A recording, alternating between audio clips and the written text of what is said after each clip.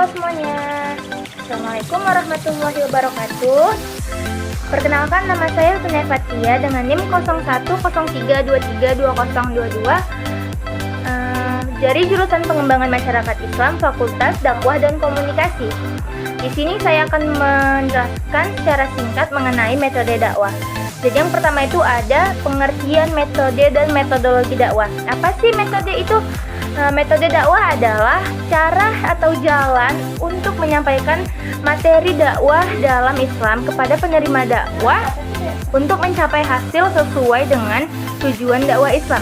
Kemudian metodologi dakwah. Metodologi dakwah adalah pengetahuan yang mempelajari cara-cara berdakwah untuk mencapai tujuan dakwah secara efektif dan efisien, yakni membentuk manusia muslim sesuai dengan yang dikehendaki oleh tujuan dakwah Islamiyah. Jadi intinya metode dakwah itu adalah cara atau jalan, sedangkan metodologi dakwah itu adalah pengetahuan yang mempelajari cara-caranya. Ya, ada istilah-istilah lain dari metode dakwah. Yang pertama itu adalah pendekatan, yaitu titik tolak atau sudut pandang terhadap proses dakwah. Didasarkan pada mitra dakwah atau mad'u dan suasana yang melingkupinya. Kemudian yang kedua itu ada strategi. Strategi itu perencanaan yang berisi rangkaian kegiatan didesain untuk mencapai tujuan dakwah tertentu. Kemudian yang ketiga itu ada teknik. Jadi apa sih teknik itu?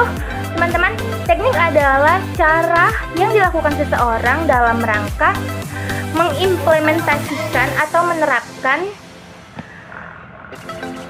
suatu metode.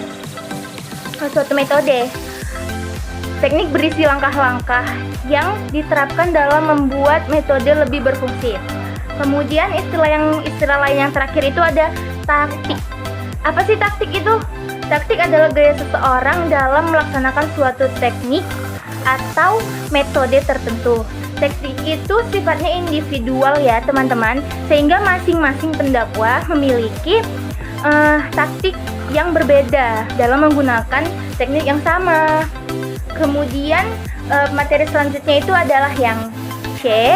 Yang C itu adalah hakikat metode dakwah. Hakikat metode dakwah itu ada 5. Yang pertama, metode hanyalah satu jalan atau cara atau alat untuk mempermudah pencapaian tujuan atau hasil usaha. Kemudian yang kedua itu tidak ada metode yang 100% baik ataupun yang 100% buruk. Kemudian metode yang paling sesuai pun belum tentu menjamin hasil yang baik dan maksimal. Kemudian yang keempat, metode yang sesuai bagi seorang dai tidak selalu sesuai dengan dai yang lain. Terus yang kelima itu ada penerapan metode tidaklah dapat diberlakukan untuk selamanya dan dalam semua situasi dan kondisi.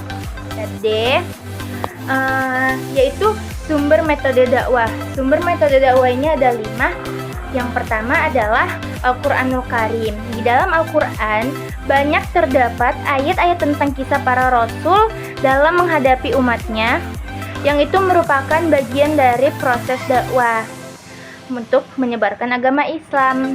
Kemudian yang kedua ada hadis dan sunnah Rasul.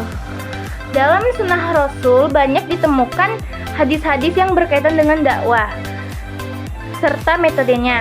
Kemudian yang ketiga itu ada riwayat hidup para sahabat. Riwayat hidup para sahabat besar dan para tabi'in cukuplah memberikan contoh yang bermanfaat bagi para pendakwah. Kemudian yang keempat itu ada pendapat para ulama, terutama hasil ijtihad mereka yang berkaitan dengan kegiatan dakwah Islam. Dan yang terakhir yaitu pengalaman dai. Pengalaman adalah guru yang terbaik. Pengalaman juru dakwah itu merupakan kumpulan hasil interaksinya dengan orang banyak yang merupakan penerapan teori-teori yang dipahami dari sumber-sumber terdahulu. Dan pembahasan yang terakhir itu adalah hal-hal yang harus diperhatikan dalam memilih metode dakwah. Jadi, yang pertama itu ada tujuan yang hendak dicapai dakwah dengan berbagai jenis dan fungsinya. Kemudian yang kedua adalah mad'u atau sasaran objek dakwah, baik secara individu ataupun kelompok.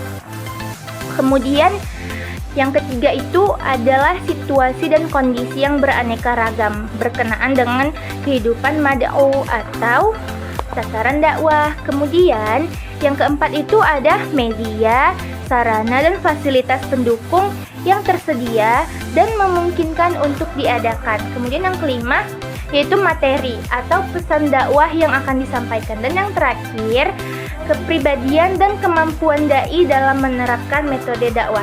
Jadi, teman-teman, itu adalah sedikit ringkasan saya mengenai metode dakwah dan metodologi dakwah.